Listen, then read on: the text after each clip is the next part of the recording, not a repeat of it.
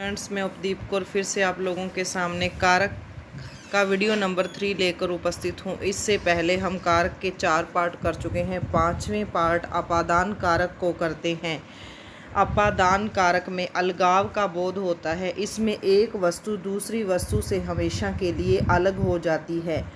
इसकी डेफिनेशन परिभाषा देखिए। अपादान कारक संज्ञा के जिस रूप से एक वस्तु का दूसरी वस्तु से अलग होना, डरना, सीखने, लजाने अथवा तुलना का जहाँ पर भाव होता है वहाँ पर अपादान कारक होता है। और स्पेशली इसमें खास तौर पर एक वस्तु को दूसरी वस्तु से अलग होता हुआ दिखाया जाएगा। सबसे बड़ी पहचान है अपादान कारक की।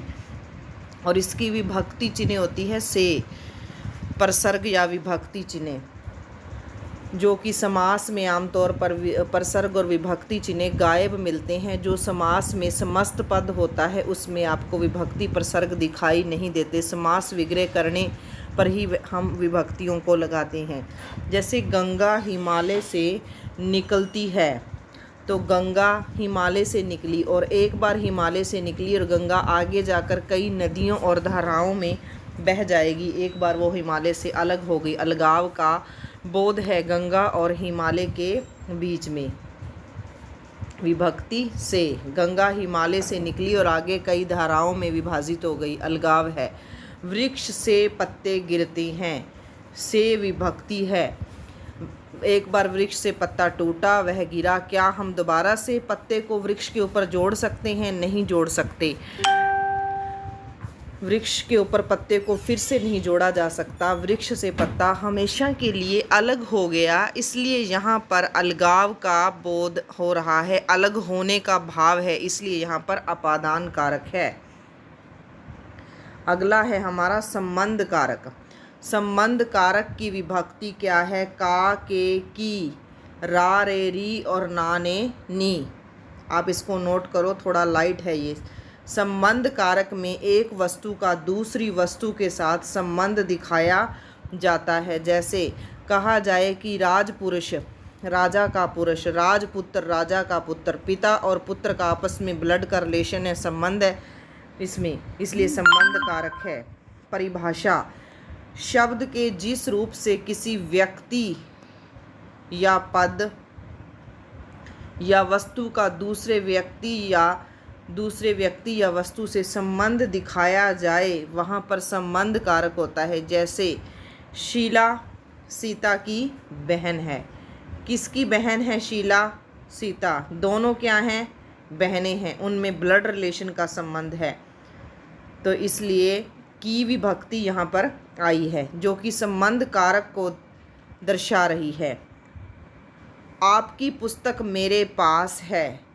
अगला है आपकी पुस्तक। पुस्तक के साथ जिसकी पुस्तक है उसके साथ पुस्तक का संबंध है, आपकी संबंध को दर्शा रहा है, इसलिए यहाँ पर संबंध कारक है।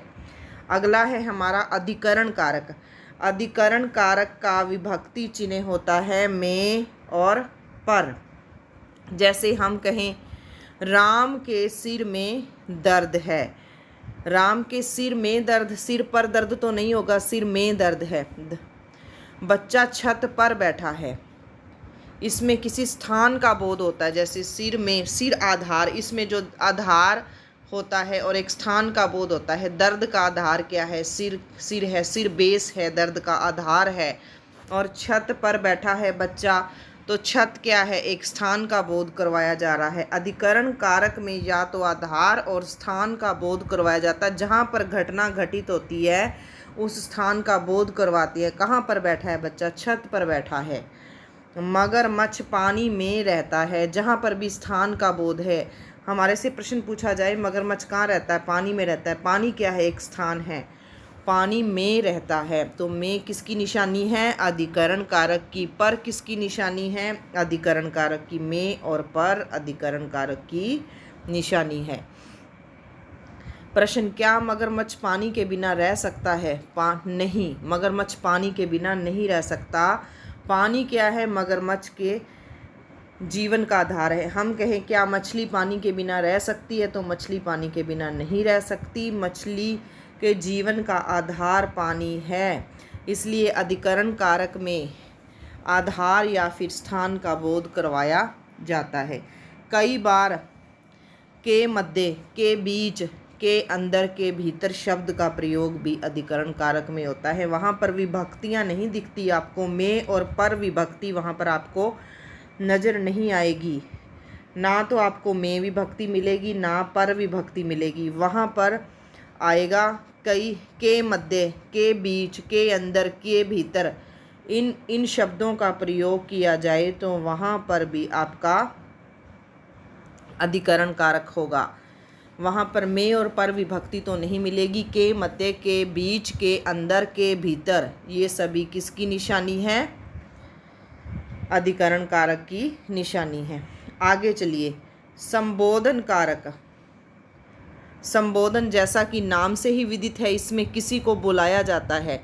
बुलाने के लिए जैसे मैं किसी को कहूँ अरे लड़के इधर आओ, मुझे लड़के का नाम नहीं पता, नाम की जगह पर मैंने अरे, हो, अरे, अजी, आहो इत्यादि संबोधन शब्दों का प्रयोग किया जाता है। ये विभक्ति चिन्ह के रूप में आते हैं। संज्ञा के जिस रूप से किसी को पुकारा या बुलाया जाए उसे संबोधन कहते हैं। लड़कों इधर आओ, इसमें लड़कों का नाम नहीं पता, इसलिए उनको संबोधन हमने क्या दिया? लड़कों। हे राम, यह भी एक संबोधन है, इशारा है, अब क्या करूं?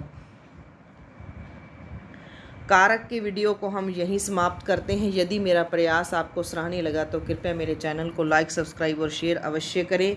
इसके बाद हम समास स्टार्ट करेंगे।